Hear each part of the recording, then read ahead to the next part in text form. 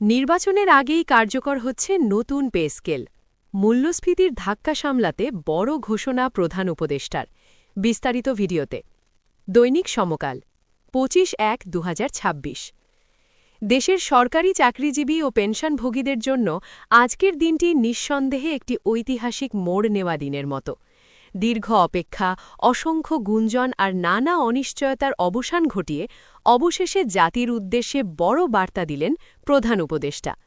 তিনি স্পষ্ট ভাষায় জানিয়ে দিয়েছেন, নির্বাচনের আগেই নতুন পে স্কেল কার্যকর হতে যাচ্ছে।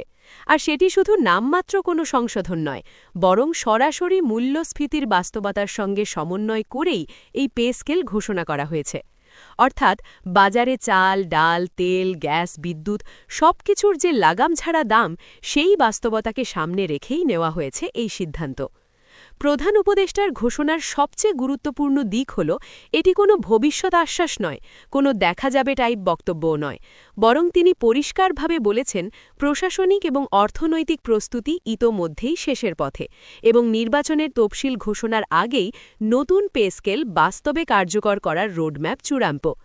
এর মাধ্যমে সরকার একদিকে যেমন সরকারি কর্মচারীদের দীর্ঘদিনের দাবি পূরণের পথে হাঁটছে, অন্যদিকে মূল্যস্ফীতির চাপ সামাল দেওয়ার একটি কাঠামোগত সমাধানের বার্তাও দিচ্ছে। গত কয়েক বছরে দেশের অর্থনীতিতে সবচেয়ে বড় যে চ্যালেঞ্জটি দেখা গেছে, সেটি হল জীবনযাত্রার ব্যয়।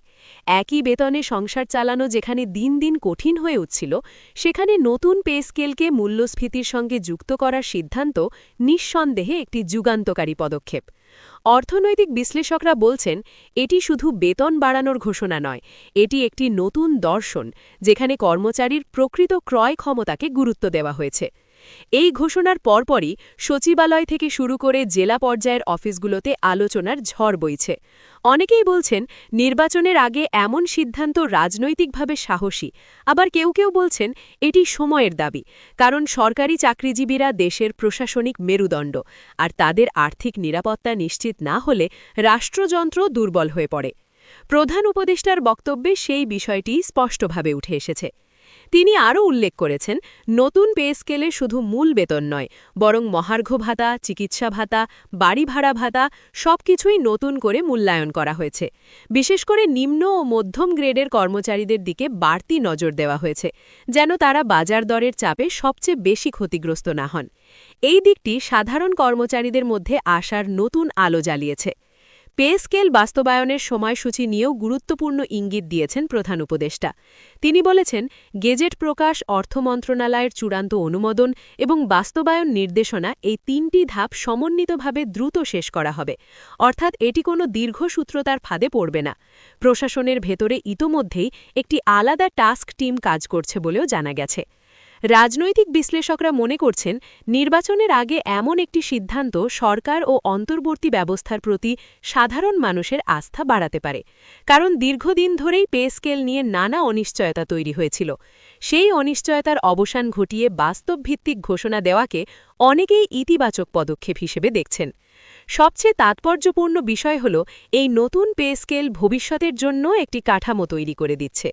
প্রধান উপদেষ্টার ভাষায়, এটি একবারের সিদ্ধান্ত নয়, ভবিষ্যতে যেন মূল্যস্ফীতির সঙ্গে স্বয়ংক্রিয় সমন্বয়ের পথ খোলা থাকে, সেই চিন্তা থেকেই এই কাঠামো তৈরি করা হয়েছে।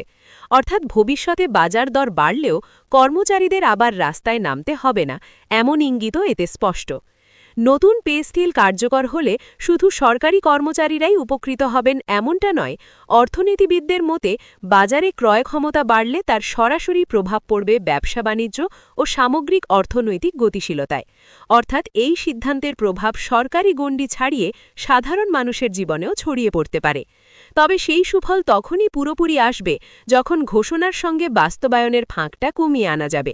এখন তাই দেশের লাখো মানুষের চোখ একটাই জায়গায়। ঘোষণার পরের দিনগুলোতে সরকার কি করে, সেটাই নির্ধারণ করবে এই পে স্কেল ইতিহাস হয়ে থাকবে নাকি আরেকটি আলোচিত ঘোষণার তালিকায় যুক্ত হবে।